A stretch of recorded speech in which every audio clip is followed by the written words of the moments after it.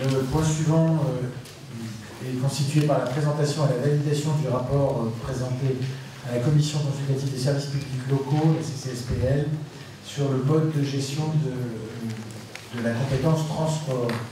Monsieur le vice-président délégué mobilité active, vous avez la parole. Merci Monsieur le Président. Donc, simplement un rappel, n'oublions pas que notre délégation de services publics des transports urbains, scolaires de la ville de Saint-Dié et interurbains prend fin le 31 décembre 2020 et d'ores et déjà nous travaillons avec l'aide de notre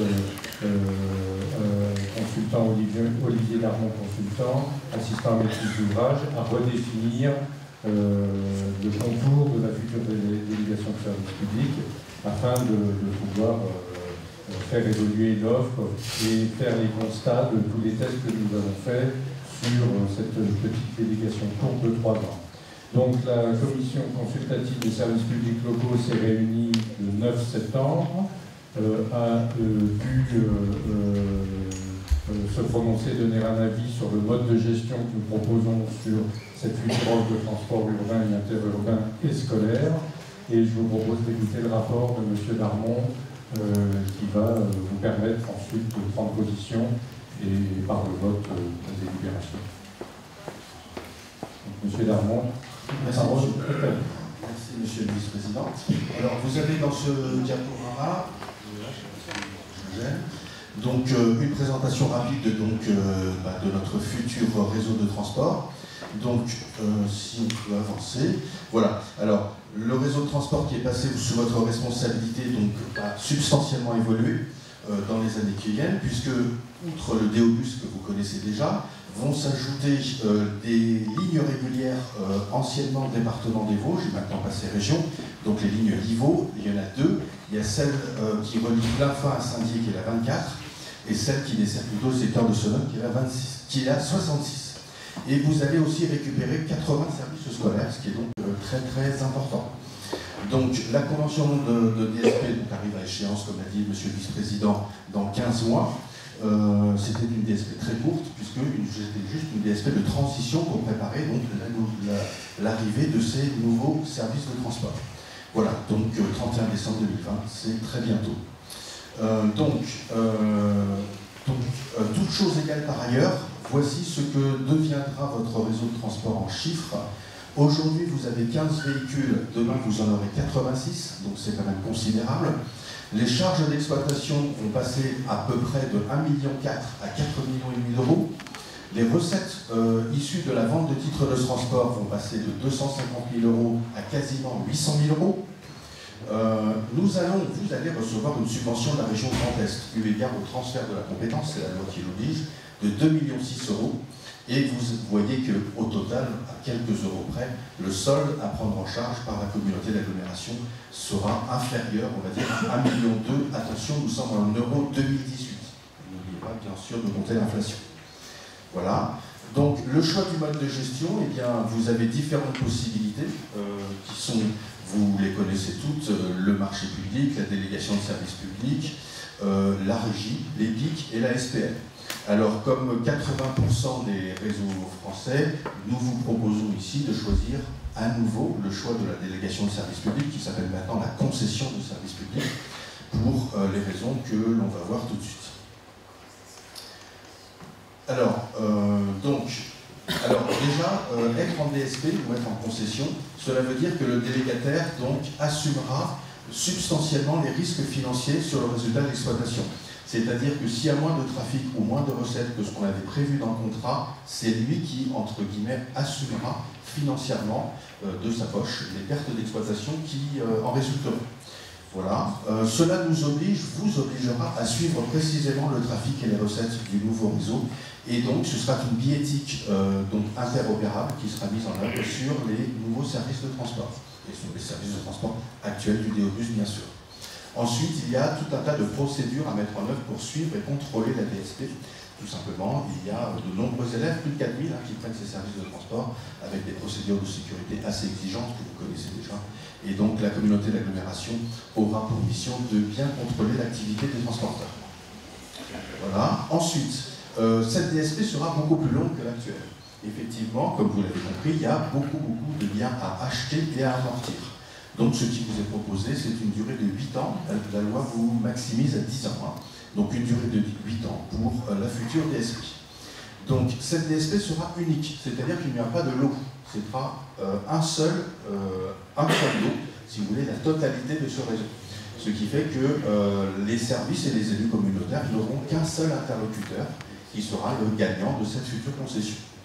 Voilà, et elle intégrera donc, comme on l'a dit, le DOBUS actuel dès le 1er janvier 2021, et puis tous les services que la région vous transfère dès le 1er septembre 2021, puisque vous savez que les services de transport scolaire ne peuvent changer d'exploitant qu'en début d'année scolaire et non pas en milieu d'année scolaire. Voilà, le futur concessionnaire devra exploiter les services, mais donc... Il y a déjà eu une exception dans l'histoire des collectivités, la prise de compétence du transport scolaire par la région Grand Est le 1er janvier 2017. Ah, d'accord. Alors, là je parlais d'exploitant. Alors, le futur concessionnaire devra investir et amortir tous les véhicules. Il y en a plus de 80. Il devra investir dans plusieurs dépôts. Ce n'est pas le seul dépôt que vous connaissez ici à Saint-Vier, au partir duquel on pourra irriguer la totalité du périmètre communautaire, qui est très vaste chez vous. Il devra alors proposer chaque année une restructuration des services scolaires. Pourquoi? Parce que votre communauté d'agglomération a cette particularité d'avoir une décroissance démographique au niveau des élèves. Et donc, on ne va pas laisser à chaque fois 80 quarts tourner, parfois 79, 78, parfois dans certains secteurs, un peu moins, dans certains secteurs un peu plus. Et donc, cette rationalisation, ce sera le concessionnaire qui devra systématiquement, tous les ans, vous la proposer, et vous devez l'approuver et en discuter. Il devra gérer toute l'information voyageur, toutes les fiches horaires, etc. Et surtout, le plus difficile, l'information en situation perturbée. Parce que parfois, il y a la neige, il y a du verglas, les cars ne passent pas, etc. Donc, c'est en temps réel qu'il faut informer les usagers. Il devra faire la politique marketing, la politique commerciale et promotionnelle du réseau pour inciter les habitants et les touristes, d'ailleurs, à emprunter les cars et les bus. Voilà. Alors, en plus de ce que vous connaissez actuel, il y a des sujets qui sont à l'étude. Donc, ce n'est pas encore décidé, ce n'est pour l'instant qu'en réflexion. La ligne 3, vous la connaissez du DOBUS, c'est celle qui monte à l'hôpital. Il avait été décidé pour cette DSP de mettre certains services à la demande, c'est-à-dire qu'on obligeait les gens à réserver. Ça n'est pas très bien passé auprès de la population, donc le projet est de remettre tous les services en fixe, c'est-à-dire qu'ils passent systématiquement. Les lignes 24 et 66 que nous transfère la région pourraient être musclées un petit peu et renforcées, parce qu'il n'y a quand même pas énormément de cars qui vont à plein fin et qui vont à cela. Le TAD interurbain, donc il a des fréquences, il a des plages horaires. On pourrait créer des boucles régulières parce que les cartes scolaires aujourd'hui, à 9h, ils n'ont plus rien à faire. À 16h, ils reprennent leur service et entre les deux, qu'est-ce qu'ils font? Pas grand-chose. Pourquoi? On les a achetés, les conducteurs sont disponibles. Ne pourrait-on pas les réutiliser pour desservir les villages et les rabattre par exemple sur les centres-bourgs les plus importants? Donc c'est l'étude que nous sommes en train de mener. Voilà. Ensuite, créer des services domicile-travail qui desservent les pôles économiques actifs. Nous avons interviewé plusieurs responsables d'entreprises qui nous ont dit que les cars et les bus n'étaient pas suffisants pour leurs salariés et surtout pas adaptés au transport domicile-travail. Voilà. Pour les étudiants qui doivent aller se restaurer, il n'y a pas beaucoup de services méridiens. Les services méridiens, c'est entre midi et 2h. Donc là aussi, est-ce qu'on va pouvoir créer quelque chose? La billettique interopérable, donc interopérable, ça veut dire que sur la même carte de transport, on pourrait avoir du DOBUS, les cars interurbains, le train de la région Grand Est par exemple, et d'autres services de transport qui sont opérés par la région Grand Est. Donc avec le même ticket, on va faire correspondance sans avoir à racheter plusieurs abonnements par exemple. Donc ça a évidemment un coût, et donc il va falloir qu'on le chiffre et qu'on l'étudie. Le renouvellement du parc, alors les cars scolaires ne sont pas tout jeunes chez vous, même parfois assez anciens. Donc là aussi, on va demander aux transporteurs de chiffrer l'hypothèse d'un renouvellement du parc. Alors il y a des normes anti-pollution, je ne rentre pas dans le détail. L'Euro 6, c'est la plus moderne, c'est-à-dire c'est celle qui rejette le moins de CO2 et de particules dans l'atmosphère. Voilà. Les navettes autonomes en zone rurale, ça commence à se développer. Eh bien, pourquoi pas, Saint-Dié ne serait-il pas terrain d'expérimentation là-dessus? Donc certains déjà y ont commencé. Voilà. Alors, est-ce qu'il faut encore s'appeler DOBUS? DOBUS, c'est quand même Saint-Dié. Donc, est à l'étude un nouveau nom de réseau, peut-être au cours d'idées, pour toute la communauté d'agglomération, et une nouvelle décoration des autobus et des autobus. Voilà, donc nous nous lançons effectivement dans un vaste chantier, et voici sous vos yeux donc le calendrier de l'appel d'offres. Donc il commence très bientôt, le mois prochain. Vous voyez, les commissions de DSP vont siéger pour différents projets. Vous voyez que les candidats devront remettre leur offre mi-janvier. Ensuite, vous voyez qu'on aura 1 mois et demi, si on passe à la page suivante, pour les analyser. Alors, la difficulté, c'est les élections. Les élections vont tomber en pleine séance de l'été. Ça ne va pas être très simple. Si les élus restent les mêmes, tant mieux. S'ils ne sont pas les mêmes, ce sera un petit peu plus difficile à gérer. Il y aura une transition. Voilà. Après, en mai 2020, il y aura ce qu'on appelle la mise au point du contrat qui vous permettra ici, en conseil communautaire, de délibérer sur le futur concessionnaire, puisqu'on reviendra donc présenter une analyse de toutes les offres, un compte rendu de toutes les négociations, des critères de choix des offres, des notations, un peu comme à l'école, et vous saurez amener à vous prononcer sur le choix du futur exploitant de ce grand réseau. Est-ce qu'il y a autre chose? Je ne sais plus. Non, voilà. Merci, monsieur Bernard. Ce qu'on peut dire, c'est que c'est un calendrier serré, bien serré, comme un bon café. Et qui nous laisse quand même la possibilité d'une mise en œuvre à partir du mois de juin, c'est-à-dire 6 mois de mise en œuvre, enfin d'étude de la mise en œuvre, de préparation, avant la vraie mise en œuvre, ce dont on n'a pas disposé la dernière fois, puisqu'on avait 15 jours. Mais c'est l'élaboration, quand on s'explique, c'est pas la phase d'étude et de négociation qui est trop courte, c'est la phase d'élaboration de marché qui est exigeante, voilà, pour l'assistant à le maître d'ouvrage. Voilà. Des questions? Je veux savoir ce que c'est une navette autonome. Une navette autonome sans conducteur. Sans conducteur, c'est-à-dire que c'est un véhicule. Alors attention, pour l'instant, il y a toujours quelqu'un à bord qui est chargé de surveiller. Vous avez peut-être vos voitures, moi je n'ai pas tout, mais déjà de suivre les rails, si je puis dire, de l'autoroute, les lignes blanches de l'autoroute, sans avoir à toucher le volant. Donc ça commence à se développer. Attention, c'est expérimental, on n'a pas le droit de dépasser les 30 km/h, on ne peut pas rouler sur route, on peut rouler quand dans des villages, mais tout ça, attention, se développe à une vitesse incroyable, je ne sais pas si vous voyez les activités. Donc il faut qu'on prenne ce train, si je puis dire, ce train en marche, de manière à pouvoir être peut-être précurseur dans la région Grand Est sur ce sujet.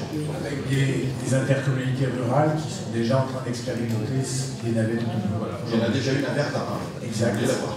Exact. Par exemple.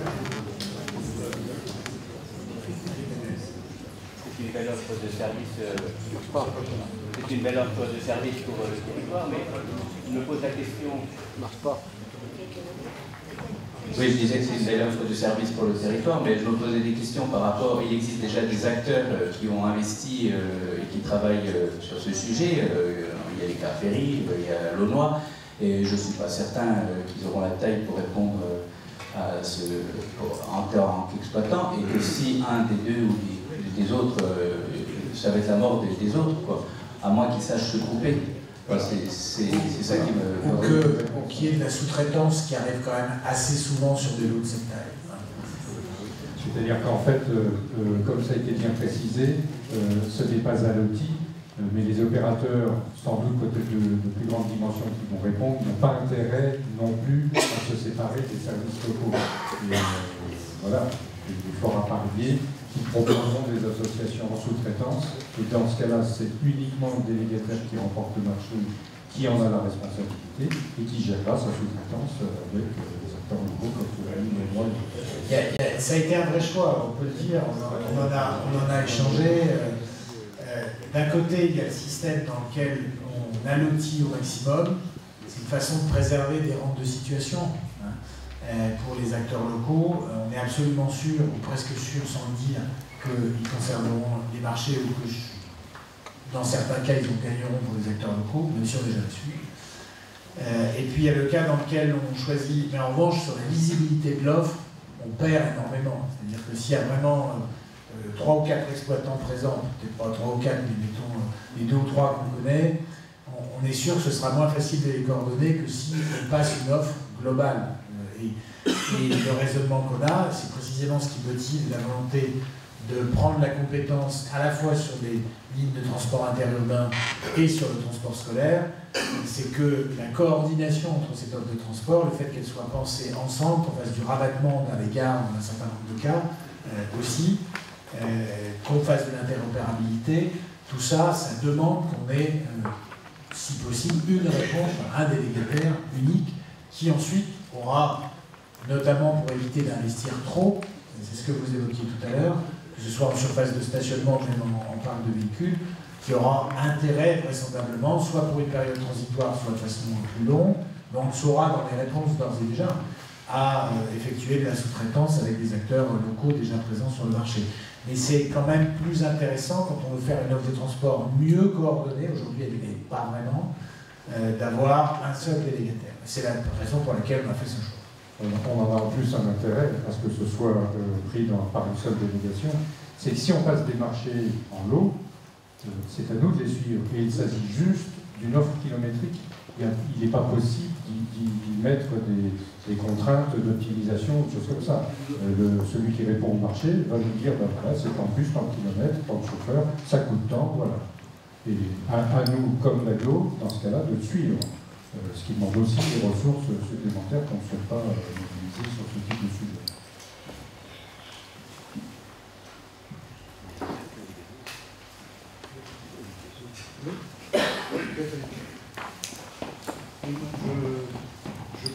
Attendez le micro parce que l'on n'entend pas. Oui, je pense que ça va être quand même assez grave, ça, parce que je me mets à la place des petits transporteurs.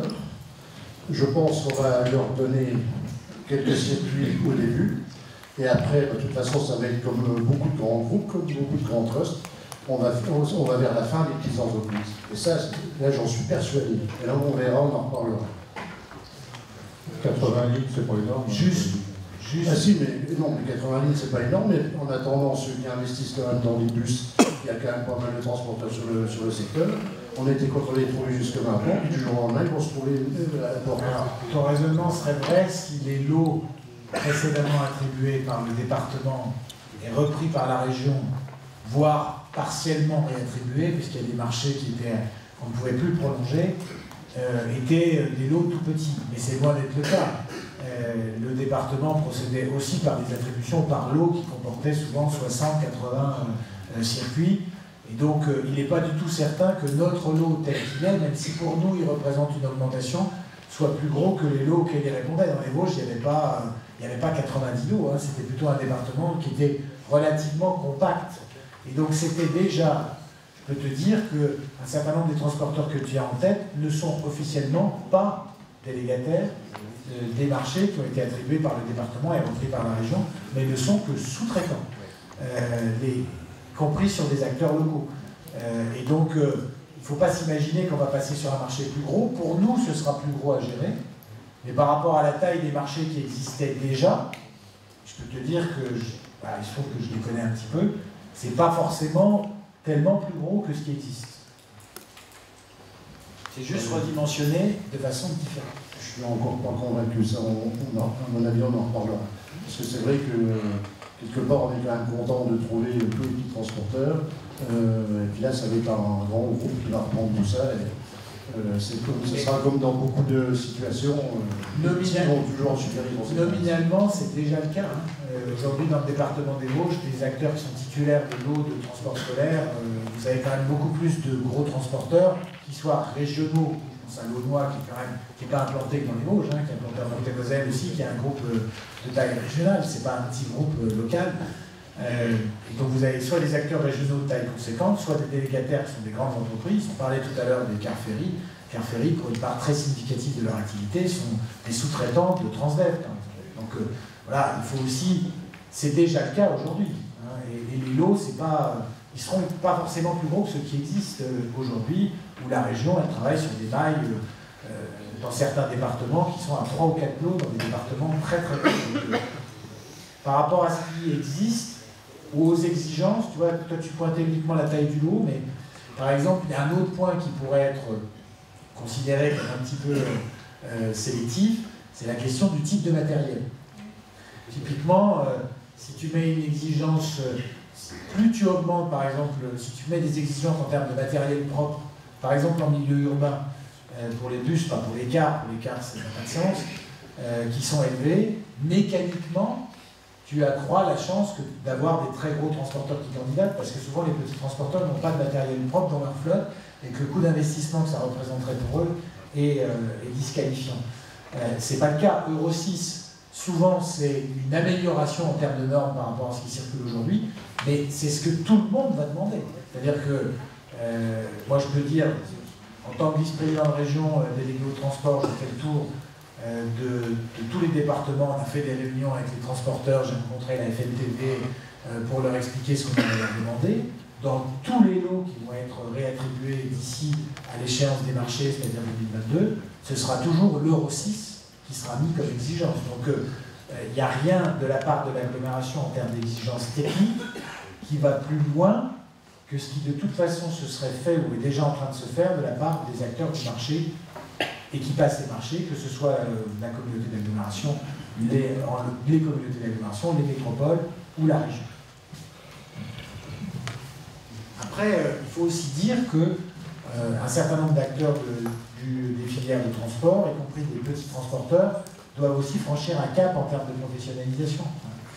Et ça, il faut aussi bien en être conscient. Une autre question. La difficulté du transport scolaire. Quand je vois les soucis qu'il y avait le département des Vosges et maintenant la région Grand Est, c'est le délégataire qui va assurer la gestion des transports des écoliers et le personnel qui a été actuellement en charge de la gestion de ce transport scolaire. Transférer le personnel administratif qui gérait et qui était transféré du département à la région, que deviennent ces gens-là? Ça fait l'objet d'une discussion entre la région et le département. Il est possible que dans les personnels qui travaillent aujourd'hui au pôle d'Épinal, certains, donc à l'agence de la région, certains soient intéressés pour travailler à Saint-Dié, c'est possible. Si ce n'est pas le cas, il faudra embaucher. Ça fait partie du calcul du transfert dans les 2 700 000 € qui ont été envisagés, la nécessité d'évaluer très précisément en termes de charges administratives ce que représente le suivi par l'agglomération de la manière dont le délégataire exerce la compétence qui lui a été transférée.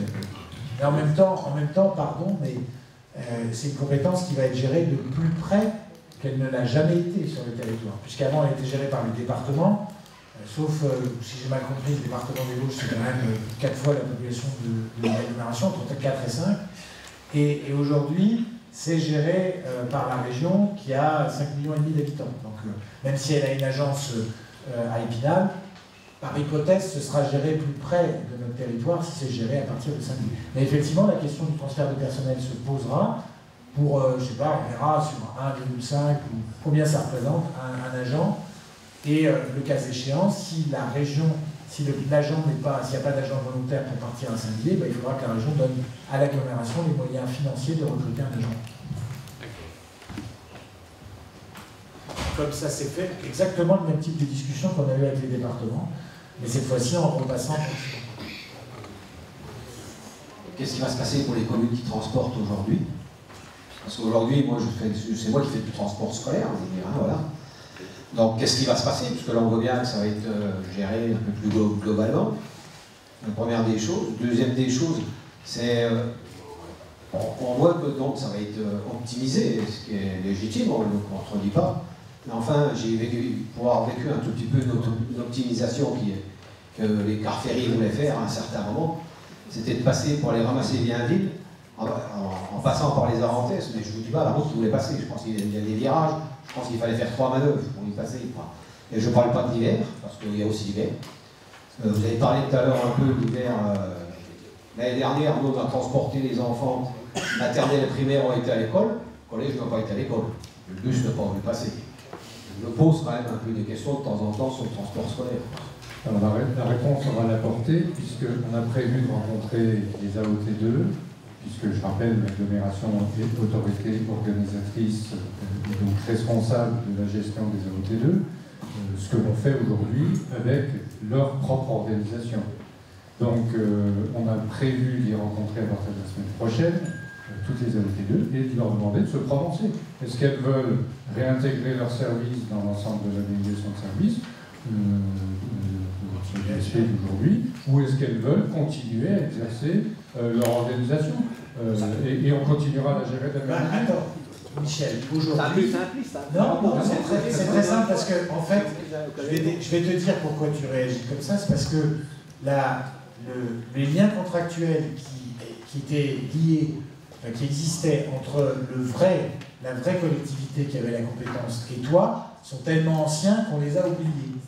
Mais en fait, quand une commune ou un RPI fait du transport scolaire, il agit par délégation de compétences de la région, aujourd'hui, et du département, auparavant. Donc, c'est exactement le même type de question qui se posera avec la communauté d'agglomération, sauf que ce sera plus près. Et donc, la question, ce sera, est-ce que la commune souhaite continuer à exercer, ou le RPI, la compétence qui est de plein droit celle de l'agglomération désormais, comme elle était celle du département et devenue celle de la région depuis 2017, auquel cas il faudra avoir un lien contractuel qui souvent existe mais est tellement ancien et renouvelé par tacite accord qu'on l'a oublié, ou bien la commune ou le RPI souhaite, ou le syndicat scolaire, souhaite ne plus assurer le transport, auquel cas le service de transport sera versé dans la délégation de service public et fera partie de ce qui sera attribué. Mais ce ne sera pas plus compliqué qu'avant d'être délégataire, puisque tu t'adresseras à des gens que tu connais au moins aussi bien, enfin en tout cas je crois, que les agents précédents de la région et auparavant du département. Donc il n'y a pas de perte de proximité, il y a juste un dialogue qui se fait de façon cette fois explicite, alors qu'auparavant il est tellement ancien souvent en matière de délégation qu'il n'aura pas bougé. S'il y a transfert, bien sûr, de la commune, du RPI ou du syndicat, ce sera un peu plus compliqué pour les syndicats, mais quoique, on gardera la contribution des communes, vers l'agglomération, il y aura évidemment déduction d'attribution de compensation, puisqu'il s'agira d'une compétence transférée. C'est relativement simple à gérer. C'est déjà comme ça aujourd'hui, non, le propos, quand on se reproche par la communauté d'agglomération, à ce moment-là. C'est comme ça que ça se passe, non? Pour partie, dans la partie résiduelle qui est payée à la région au titre de la prise en charge par chaque commune. C'est déjà l'agglomération qui émet la réponse, mais qui perçoit une. Et le souci quand même que j'ai, c'est pas celui-là, moi j'entends que vous allez me rencontrer, on verra bien après la rencontre déjà. Mais le souci c'est qu'on me donne un choix. Le choix, c'est, je veux bien faire des choix, c'est pas compliqué de faire un choix. Après quand on sait, moi je sais ce que je fais aujourd'hui.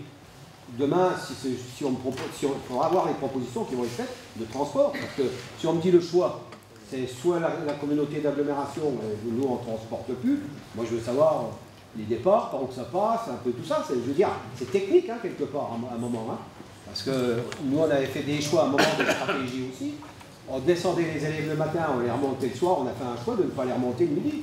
Je veux dire, voilà des choses. Pas de pause méridienne, parce que c'est effectivement... Non mais je veux dire, si on me donne des éléments qui sont comparables, je peux faire des choix. Si je n'ai pas d'éléments, je ne peux pas faire de choix. On ne pourra pas te les donner avant, c'est un choix de gestion, de mode de gestion, qui chaque syndicat scolaire. À mon avis, une majorité de services sont assurés par les mêmes AO2 qu'aujourd'hui, je pense. Parce que, par hypothèse, si vous le faites depuis plusieurs années et que vous souhaitez le conserver, c'est que vous estimez que ça se passe bien. Même si en matière de transport, on sait tous que quand ça va mal, on en entend toujours parler, quand ça va bien, personne ne vous en parle. Et ça, c'est normal. Mais voilà, il y aura une discussion. Moi, le point de difficulté que je vois, c'est plus, même si on a toujours l'impression d'avoir tout identifié, dans l'identification des AO2 qui exercent vraiment la compétence partout. C'est-à-dire, parfois, il y a un petit bout de service qui est fait par certains d'entre vous, et je ne suis pas sûr que ce soit toujours identifié par nos services. Donc, si vous, dans les syndicats, dans les regroupements pédagogiques intercommunaux, ou dans les communes, si vous assurez une partie du service scolaire ou tout le service du transport scolaire, bien par hypothèse, il faudra l'inclure dans la délégation. Enfin, il faudra nous dire tout de suite qu'on ait le dialogue de prise de compétences ou pas. Je précise que dans la DSP, il y aura aussi, enfin j'imagine, je ne sais pas comment ça va s'intégrer, un service qui aujourd'hui est payé par l'agglomération, qui est le service qui transporte des élèves pour le périscolaire classique dans la vallée du Raboudou, notamment pour la pause déjeuner. Il y a bien un service de transport qui est assuré. Alors aujourd'hui, il est inclus dans ce qui est signé avec l'Orani. Est-ce qu'on a intérêt ou pas à poser la question de savoir si on le fait rentrer dans la délégation de service public? Je n'en sais rien. Mais en tout cas, ça doit... C'est possible. C'est déjà nous qui le payons, donc ça ne change pas grand-chose. En tout cas, on peut se poser la question, de savoir si ça ne peut pas être optimisé avec les circuits qui pourraient passer par ailleurs. Les transporteurs, ils utilisent déjà les cars. Oui, même si ils optimisent, mais jusqu'à un certain point. Oui, voilà. C'est-à-dire que le fruit de l'optimisation ne vous est pas forcément versé. Il faut qu'on entende ce que vous dites, parce que c'est une grande vérité qui mérite d'être énoncée. C'est notre travail. Vous pouvez juste répéter ce que vous dites. C'est bon. Non, je dis, Monsieur le Président parlait de l'optimisation faite par les transporteurs qui réutilisent les cars, qui réutilisent les hommes entre différents services qui ne sont pas placés nécessairement sous la même autorité organisatrice. Je vais vous donner un exemple. Un car coûte 100, il est utilisé par le service A et le service B. On facture 60 au service A et on facture 60 au service B. 60 et 60, ça fait 120. Il fait donc 20% de marge. Donc c'est un travail, je ne vais pas rentrer dans les détails techniques, mais c'est un des gros travaux de négociation que nous avons à faire, parce que on est là pour ça, d'analyser l'optimisation que chaque transporteur fait et de vérifier que le fruit de cette optimisation est reversé dans le budget de la DSP, ce qui fait que c'est une économie pour nous et non pas une marge pour lui. Je ne sais pas si je suis clair parce que je dis. C'est un très beau travail que nous menons ici et ailleurs. C'est notre métier. Oui, je pense que j'ai entendu parler de rationalisation annuelle des services scolaires. Alors la rationalisation des services scolaires annuels, je crois que ça a été évoqué déjà aussi en commission. Est-ce que c'est la suppression pure et simple de certaines lignes? Est-ce que c'est certains villages des hauts évités? Est-ce que c'est des matériels plus courts, plus petits et plus performants financièrement? Ou est-ce que c'est autre chose? Alors, la rationalisation ne génère pas nécessairement, enfin même n'inclut pas, de suppression de points d'arrêt. Ce n'est pas la même chose. Un point d'arrêt, c'est un poteau, je ne sais pas si vous avez des poteaux partout, mais enfin un endroit matérialisé qui est nécessairement desservi par un car parce que la compétence transport scolaire est une compétence obligatoire. Alors, on ne rentre pas dans les détails juridiques, mais à partir du moment où vous avez un élève et que vous avez un car, il y a des règles. La région, je crois, a fixé une règle qui est quand j'ai 4 enfants dans un village, je dois nécessairement aller des services. Ça a été délibéré par la région. Donc, je ne confonds pas rationalisation des circuits et des arrêts. Ce n'est pas la même chose. Mais effectivement, parfois, si j'ai un car, ça fait 50 places. Si j'ai 2 cars qui font 20, où il y a 20 élèves dedans, je vais peut-être réfléchir à faire un seul car qui va en prendre 40. Donc c'est très schématique ce que je dis, mais le mot, voilà ce que veut dire le mot rationalisation. Cela dit, la question qui est posée par Christian, elle est un petit peu différente de la manière, enfin, vous avez raison sur le fond, mais en fait la question qu'il pose à travers, dans sa question, c'est est-ce que le règlement transport tel qu'il existe aujourd'hui, qui ne prend pas en charge tous les élèves, hein, je veux dire, le règlement transport qui s'applique aujourd'hui dans le département des Vosges, c'est celui que le département des Vosges avait voté. Il n'a pas été transformé par la région jusqu'à présent. Et la région ne transforme pas jusqu'à septembre 2021 dans les Vosges. Donc c'est un règlement qui prévoit qu'on prend en charge les élèves quand ils sont distants d'au moins 2 km du point où ils sont scolarisés. Non, 2. C'est le seul département du Grand Est où c'est 2 km, d'ailleurs c'est 3 km. Donc d'au moins 2 km, et effectivement prévoit qu'il y a un nombre minimal d'élèves à avoir, que ramassage, point d'arrêt, création d'un point d'arrêt. Donc déjà aujourd'hui, le bus ne s'arrête pas partout pour ramasser un gamin dans un écart isolé. C'est important de le repréciser, parce que donc la question que tu poses, c'est est-ce que le règlement qui s'appliquera sur le banc de la communauté d'agglomération sera le même règlement que celui qui s'applique aujourd'hui dans le cadre du département des Vosges parce qu'il a été voté par le département, mais si c'est la région qui l'exerce, ou est-ce qu'on changera ce règlement pour la prise en charge des élèves? C'est une bonne question. On est à 8 km. et on a 2 arrêts entre Grandrue et Sassat. Et on a 4 pauses. Donc tout juste, ah oui, vous avez... Parce qu'il y a des cas dans lesquels les transporteurs savent qu'il n'y a plus le volume nécessaire normalement pour prendre en charge et ils continuent à desservir. Ce sera à décider. Alors, il faudra une règle. Parce qu'à un moment donné, je parle sous votre contrôle, 1 kilomètre dans certains reliefs, ça peut coûter jusqu'à 8 000 € par an. Hein. 1 kilomètre à rajouter. Non mais, il faut aussi se dire ça, hein. Tout de suite, ça chiffre de façon assez considérable. Et il y a des cas dans lesquels il n'est pas raisonnable, quand il y a un gamin ou 2 gamins, de maintenir un point d'arrêt, alors qu'on pourrait demander aux parents, alors s'il y a toujours des problèmes de est-ce que les parents travaillent tôt, est-ce qu'ils travaillent, voilà, je connais ce genre d'histoire, mais de déposer le gamin, parfois à 1,5 km ou à 2 km, de déposer eux-mêmes, de l'amener au point de ramassage. Donc il faudra regarder. Moi, je n'ai pas de réponse sur le règlement, hein. Ce sera examiné par la commission, savoir est-ce qu'elle souhaitera appliquer un règlement de prise en charge identique à celui qui s'applique aujourd'hui dans les Vosges, ou est-ce qu'elle souhaitera être sur un règlement plus généreux ou moins généreux?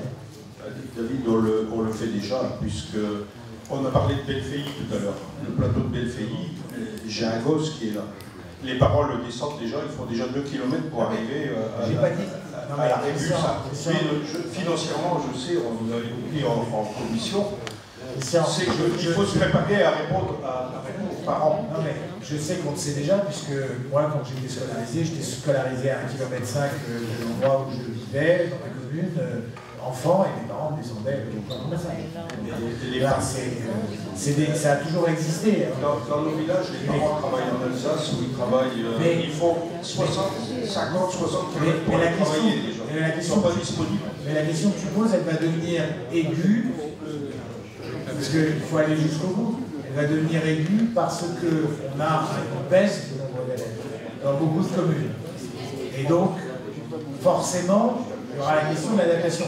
Mais je suis désolé de le dire, mais il faut aussi tenir un certain nombre de positions. Il y a des cas dans lesquels il n'est pas, il ne sera pas ni sûr, ni raisonnable de maintenir des points d'arrêt quand il n'y a personne pour monter dans le bus ou une personne. Et c'était déjà vrai avec le département qui a appliqué cette règle, ça l'est aujourd'hui avec la région, ça le sera avec l'agglomération. Il y a une chose auquel il faut penser aussi, d'avoir des arrêts tout le temps, c'est bien, c'est vrai, ça permet aux parents de ne pas se déplacer, mais ça rallonge le temps que les gamins passent dans le bus. Et quand vous commencez à passer 1 heure dans le bus le matin, 1 heure dans le bus le soir, je peux vous dire que c'est quand même très fatigant. Donc les arrêts, c'est une bonne chose, mais il ne faut pas non plus qu'il y en ait trop, il faut quand même que le temps de trajet soit au minimum raisonnable.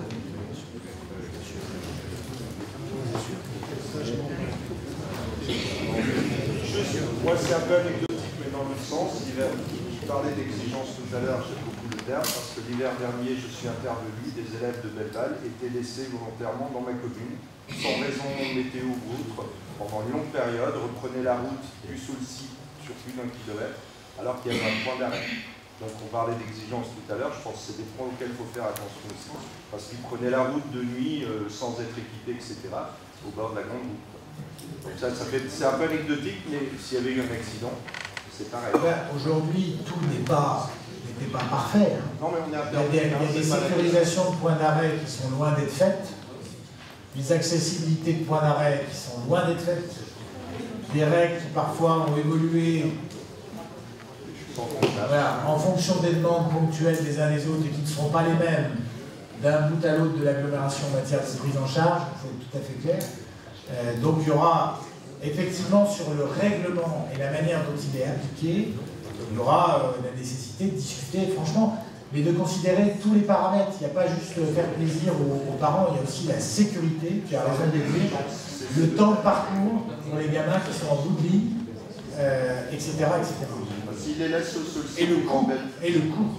S'ils les laissent au sol-ci alors qu'ils habitent à Belleval, le temps de parcours c'est pour le gamin qui est en plus. Alors que les autres, voilà, c'était juste, ça fait partie des exigences qui me tiennent à cœur pour la sécurité. Bien, est-ce qu'il y a d'autres demandes de prise de parole? Je suis très content parce que d'habitude, et je pense que Vincent aussi, d'habitude quand on parle de transport ici, c'est toujours calme. Et là, on se rend compte qu'en fait, il s'agit de prendre une compétence qui est une compétence du quotidien pour les citoyens, qui a toujours été exercée de loin et qui va être toujours loin, mais se rapprocher quand même. S'il n'y a pas d'autres questions, Monsieur le Président, vous allez pouvoir faire procéder au vote sur le mode de gestion de délégation de services publics. On remercie M. Darmon de sa présentation très claire qui a stimulé le débat. C'est aussi une bonne présentation. Bien, alors, est-ce qu'il y a des questions, d'autres questions? Pas d'opposition, donc on vote qui est contre, qui s'abstient. C'est donc adopté à l'unanimité sur ce mode de gestion de la délégation de services publics.